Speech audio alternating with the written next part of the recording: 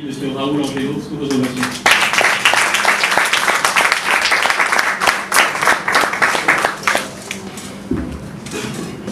Chers invités, bonsoir. Bonsoir. Je crois que Alessandre mérite une réservation davantage honorée.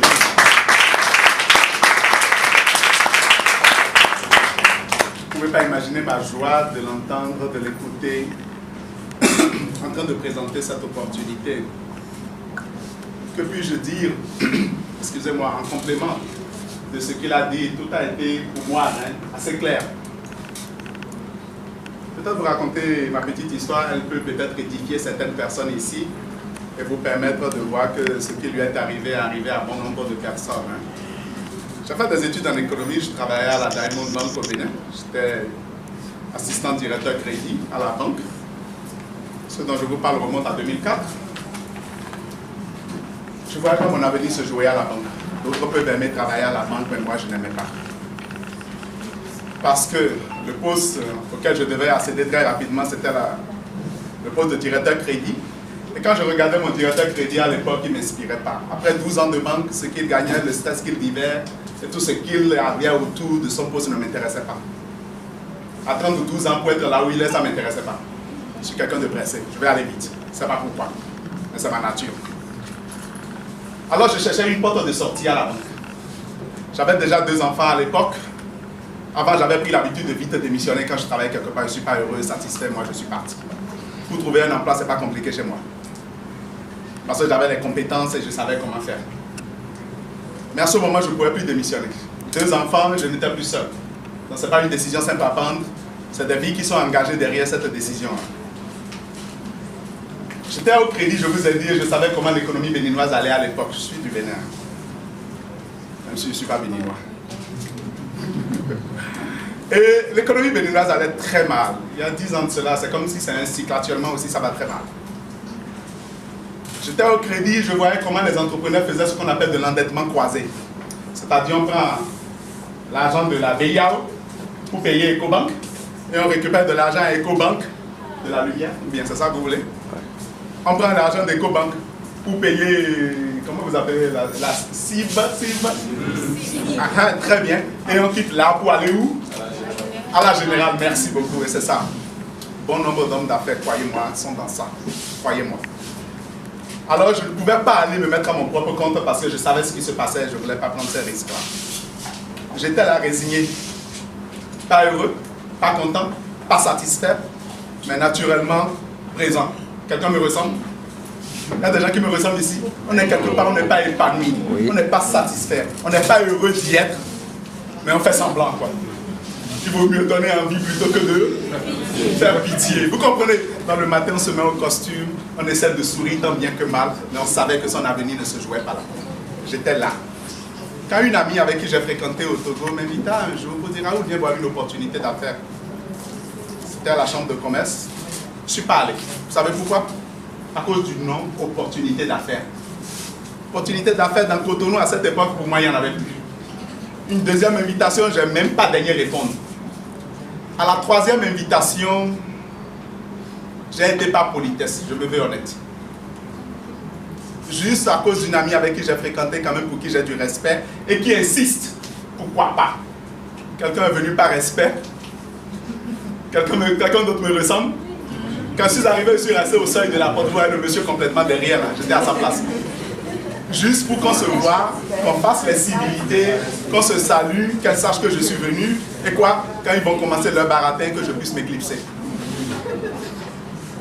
Peut-être que vous êtes venu avec cette intention. Je vous concède ça. J'ai fait ça, je le confesse. Ah, il y a une dame qui dit que c'est vrai. Merci beaucoup, madame. Ah, merci beaucoup. Et je suis venu. Mais qu'est-ce qui s'est passé ce jour-là? On a commencé par présenter, donc ils ont démarré la présentation. La première étape, c'était la société. J'ai fait économie, je suis sensible à tout ce qui est performance d'entreprise. Quand on a commencé par parler de cette entreprise, je me suis rendu compte qu'on parle de choses sérieuses, d'une entreprise sérieuse. Plus de 1500 milliards de francs CFA de volume d'affaires de par le monde. Pour une entreprise qui est née il y a environ 37 ans, en ce moment ça ne faisait pas ça, et qui est implantée dans environ 170 différents pays du monde. Il y a des choses qu'on fait par hasard, il y a des niveaux on ne les atteint pas par hasard, où vous êtes maître de ce que vous faites. C'est ce que j'ai découvert. Mais ce qui m'a le plus séduit quand on me parlait de la société, c'est comme a dit, cette entreprise vient d'arriver à Cotonou et voulait faire de moi son partenaire en affaires. Excusez-moi, où sont passés les milliardaires? Je n'étais même pas millionnaire à l'époque. Une entreprise qui vaut 1500 milliards m'invite à être en affaires avec elle. Peut-être que vous ne l'avez pas perçu dans la présentation d'Alessandre, mais c'est ce qui se passe aujourd'hui. Ne regardez pas vos amis qui vous ont invité, vous allez faire fausse route et vous tromper. Ce n'est pas eux qui vous invitent. Parce que comme vous allez devenir partenaire, vous êtes en affaires directement avec qui? Avec Forever. Et c'est cette entreprise qui vient aujourd'hui pour dire quoi? Je veux être en affaires avec toi, mon ami. Deuxième chose, étape de la présentation, ils ont parlé de produits. Croyez-moi, la personne qui a présenté les produits me donnait l'impression de faire de la publicité, du marketing. Peut-être que vous avez aussi reçu cette impression à un certain moment. Il parlait tellement bien des produits, les valorisait, les louangeait, que je me suis dit, quels sont ces produits qui sont les meilleurs du monde? Et c'est aujourd'hui, moi j'en entends parler pour la première fois. Quand même, si ça existait et que c'était si bon, je devrais. Vous voyez, moi qui ai été séduit par le chiffre d'affaires, je n'ai pas fait le lien avec le produit. Comme quoi notre intelligence peut nous tromper.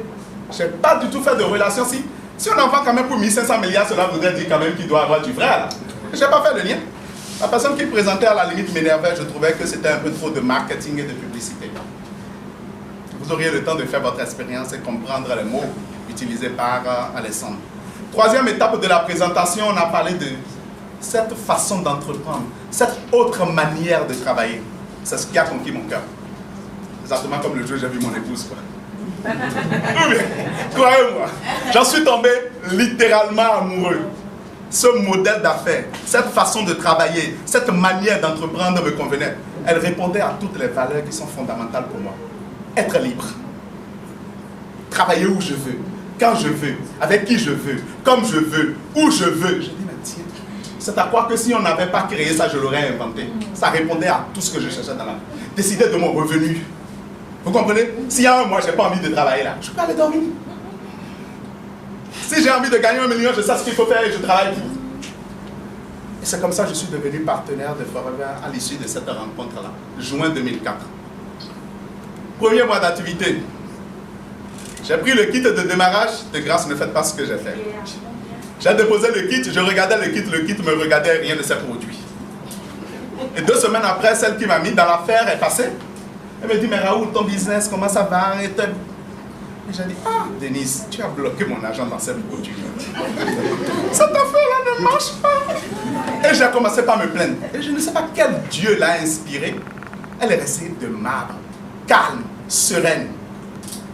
Et j'ai fait ma litanie de toutes les raisons pour lesquelles l'affaire ne marche pas. Et à la fin, elle me dit, Raoul, si tes amis pensent à toi pour te faire appel, pour demander des services dans quel secteur, dans quel domaine. Je dis naturellement à la banque, s'ils veulent le solde de quelque chose, s'ils veulent des conditions de crédit, s'ils veulent que je les appuie dans une autre banque, parce qu'entre collègues, on se rend ces genres de services. Et j'ai vu tout de suite là où elle voulait en venir. C'est-à-dire que quoi? Je n'avais rien fait. Et déjà, je me plaignais que ça ne marchait pas. C'est à quoi que les produits avaient quoi? Des bras et des jambes. Devaient sortir du carton. Vous connaissez la publicité de Fan Yogo là, non? Je me dis, je m'appelle à l'EF Vera, je fais si, venez me prendre.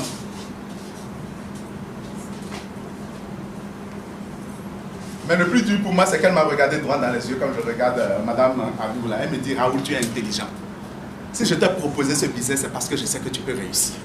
Et que tu peux le faire. Quand une femme vous dit que vous êtes intelligent, vous faites comment? Ou bien, le lendemain, je sors, je vends 54 000 francs de produits. J'invite des amis à la pause, à la banque pour dire, bon, voici, il y a un business, c'est une société américaine, voilà la gamme de produits, et voilà comment est-ce qu'on fait cette activité, on y gagne de l'argent, et c'est tout. Et au bout d'une semaine comme ça, j'ai réussi à parrainer 4 personnes. J'étais là, à la fin du mois, on déclare que j'ai gagné 56 000 à Forever. Si vous, aujourd'hui, vous parrainez 4 personnes, vous avez pratiquement 200 000. Le plan de rémunération a évolué. Vous voyez que vous êtes bien né. 56 000. Alors, 4 personnes, 56 000. Je suis un mathématicien. Je dis, si 4 personnes me donnent 56 000, combien de personnes il me faut pour 200 000? Parce que 200 000 en plus de mon salaire faisait une énorme différence, mes chers amis. Comme il venait de le dire, quoi. 100 000 francs en plus fera une énorme différence. 200 000 en ce moment réglait des tas de problèmes. Bien que tous les matins, je me levais, je rentrais dans un véhicule que j'allais m'asseoir à la banque. Alors, je cherchais 200 000. J'ai parrainé, je crois, ce mois-là, 11 personnes. Parce que j'ai compris que, pour entrer à la banque, il a fallu quoi? Un test écrit et 3 interviews. Je ne sais plus combien on était au départ, et finalement on en a retenu autour de 6. Une entreprise américaine qui n'a rien demandé de tout cela, qui me regarde et qui me paie 56 000. Juste parce que je leur ai amené des clients. Je dis, mais tiens, ça c'est une bonne affaire ça. Mais vous leur en trouvez plus. Alors je crois que j'en ai trouvé 11, et je suis passé de 56 000 à 523 000. 523 000 là, c'était déjà supérieur à mon salaire à la banque. Et quand l'argent est au rendez-vous, on comprend vite. On comprend tout. Ou bien, parce que quoi, je ne comprenais rien du plan de rémunération. J'avais déjà des personnes derrière moi qui ont commencé par travailler, et dont le volume aussi me propulsait. Je faisais des qualifications et les pourcentages augmentaient. Tout ça là, je n'avais rien compris. Tout ce que je savais, c'est qu'il y avait de l'argent à gagner, et tout ce qu'il fallait faire, c'était d'amener des gens. Point. À croire au produit et à croire à l'opportunité. Et du coup, si eux ils viennent, moi je gagne de l'argent. Mais je n'avais pas compris l'effet de démultiplication de mon temps et de duplication de mes efforts. Quand l'argent était au rendez-vous, j'ai eu 500. On m'a payé, ça n'a pas été une promesse. Comme il a montré. Là. On a viré. 3e mois d'activité, je suis devenu plus sérieux là. La banque est passée là, et Forever est passé devant. Même parfois dans la journée là, au boulot, je faisais Forever. Dieu merci, j'avais un bon directeur qui ne me créait pas trop d'ennuis. Et je traitais mes dossiers de crédit parfois la nuit à la maison parce que j'avais un ordinateur. 3e mois d'activité, je suis passé à 1 171 000. Je ne pouvais plus m'asseoir sur ma chaise à la banque. À cette époque-là, je ne veux pas dire à 11 ans, mon directeur crédit même ne gagnait pas ça. Après 12 ans d'expérience de banque. 1 171 000. Tout de suite, moi j'ai dit je démissionne, je quitte la banque. Et qu'est-ce qui s'est passé? Personne pour m'encourager. Fais attention, c'est dangereux, c'est nouveau, on ne sait jamais. Et si tu ajoutes le salaire de la banque à ce que tu gagnes là, ça devient quand même plus important. Et si. Vous connaissez les conseillers, mais ils ne sont pas les payeurs. Même mon épouse, elle est là. S'il te plaît, Marie, tu peux te lever pour reconnaissance. Elle n'a pas pu. Ovationnez là pour moi, s'il vous plaît. Elle n'a pas pu m'encourager pour dire démissionne. Assez souvent, elle m'accompagne dans toutes les décisions, mais pour une fois, elle a dit ça, ça la dépasse. Un jour, je sors de l'église et c'était un dimanche. Je rentre à la maison et j'ai commencé par comparer Forever et la banque. Je me souviens bien. Et sur tous les plans, je me rends compte que Forever était de loin très supérieur à ma banque. C'est pas parce qu'elle s'appelle banque qu'elle ne peut pas fermer. Il y en a qui ont déjà fermé dans ce pays une fois. Non, au Bénin plusieurs fois. Alors je t'ai dit, mais dans quel piège j'étais? Vous voyez que parfois, même pour réfléchir, nous avons des problèmes. J'étais dans le piège de la réflexion. Sur tous les plans, si une entreprise devait être plus facilement en difficulté, elle me payait pourtant plus, hein, et pourtant j'avais peur. Ça devrait être quoi? Forever qui devrait être en difficulté. La banque qui devrait être en difficulté, pardon. Alors le lundi, je vais à la banque. Je travaille dans la matinée. Et l'après-midi, j'écris ma lettre de démission que je dépose. Tollé général à la banque. Angelo va à la concurrence. Dans quelle autre banque il va? Parce que souvent à la banque, là, c'est ce qu'on fait. 500 000 francs en plus quelque part, 50 000 francs en plus, ou bien un titre de chef, et puis tu es parti, quoi, tu démissionnes pour une autre banque. Et les banques ne font que ça, se jouent ces coups-là. Donc tout le monde pensait que je partais pour la concurrence. J'ai quitté la banque. Je ne connaissais pas grand-chose de Forever. J'ai fait les deux pour 8 mois. Alors. Donc je suis resté dans ce processus de réflexion durant 5 mois. Et après je démissionne et je prends ma vie en main. Et croyez-moi, c'est l'une des expériences les plus exaltantes, les plus palpitantes. Et je le souhaite de tout cœur à tout le monde. D'avoir quoi? Une entreprise pour soi, à l'échelle planétaire, de travailler quand on le veut, où on le veut, à partir même de votre lit, juste avec votre téléphone portable. Quelqu'un est en train de nous suivre depuis les États-Unis, là, vous imaginez? En train d'apprendre à faire une présentation. Le mois dernier, elle a réalisé 2,5 millions de volume d'affaires à Chicago. On a fréquenté ensemble au Togo. Je l'ai retrouvée sur Facebook. En septembre, en octobre, elle est devenue partenaire et voilà. Vous voyez? Et ça voudrait dire quoi? Volume d'affaires généré voudrait dire quoi? De l'argent gagné. C'est ça la beauté de ce business. C'est tout ce que ça offre et pourtant souvent que nous ignorons. Alors je suis parti de la banque et on a commencé par travailler vraiment de manière très sérieuse. J'allais suivre des formations au Nigeria, je revenais, je passais l'information, on commençait par connaître des livres sur le marketing de réseau, on lisait, on exposait au groupe, on se débrouillait quoi. En 2009, tenez-vous bien, Forever payait déjà, j'ai commencé en 2004, juin 2004. Forever a payé pour l'année 2009 plus de 150 millions à mon épouse et moi. Je ne dis pas ces chiffres pour vous impressionner. C'est pour que vous mesurez la portée de cette rencontre. Je pouvais ne pas vous le dire. Quand vous gagnez 150 millions l'année au Bénin, c'est que vous êtes déjà riche, vous avez déjà réussi. Moi aussi. On dit le gaou a percé, quoi. J'ai commencé par m'amuser. Les gens trouvaient que tu travailles trop, repose-toi un peu, et ci et ça. Vous comprenez, non? Et on commence par ne plus faire ce qu'on devait faire tous les jours. On se profitait plus de l'argent que de continuer par travailler. 150 millions l'année, c'est de l'argent à Forever, mais c'est rien du tout. Vous avez vu, quelqu'un a pris pour chèque 13e mois, lui seul combien? 650 millions tout à l'heure. Vous savez combien il gagne l'année? 5 milliards. Vous voyez de quoi nous vous parlons là? Alors on a commencé par s'amuser. On a chuté jusqu'à autour de 100 millions, 90, 100 millions. Même à 100 millions de revenus l'année, c'est bon. Ou bien, c'est quand même de l'argent. Surtout que quoi? On avait fait la maison, 4 véhicules au garage. La famille ne manquait de rien. Tout était au rendez-vous. On commençait par s'amuser. Et qu'est-ce qui s'est passé? En 2009, quand on a partagé le bénéfice de Forever, nous on avait reçu 30 millions, mon épouse et moi, à Johannesburg. Celui qu'on a montré tout à l'heure, numéro 1 de l'Afrique, avait reçu 44 millions à Johannesburg. Nous nous sommes retrouvés aux îles Hawaï en 2013 aux États-Unis. Et pendant que mon épouse et moi on recevait 35 millions, suivez-moi bien, il a reçu environ 290 millions. Les gens étaient heureux, moi j'étais triste, je pleurais en moi. Parce que quoi, durant 4 ans où je n'ai pas travaillé, lui il a continué par faire la croissance, le développement et l'expansion de son réseau. Pourquoi je vous raconte cette histoire? Tout simplement pour vous dire que vous pouvez me mettre à Forever et vous tromper. J'y étais, j'y gagnais bien ma vie, et pourtant je me suis trompé. Qu'en est-il de celui qui est complètement en dehors de ça? Vous imaginez? On a du mal à imaginer le potentiel que ce business a, et jusqu'où ça peut transformer nos vies. Alors qu'est-ce qui s'est passé? Quand il a reçu 290 millions et que j'ai reçu 35 millions, quand on est rentré, j'ai dit, tu t'es assez amusé. Je me suis regardé dans le miroir, j'ai dit, tu t'es assez amusé, tu es encore jeune. C'est le moment plus que jamais de le faire.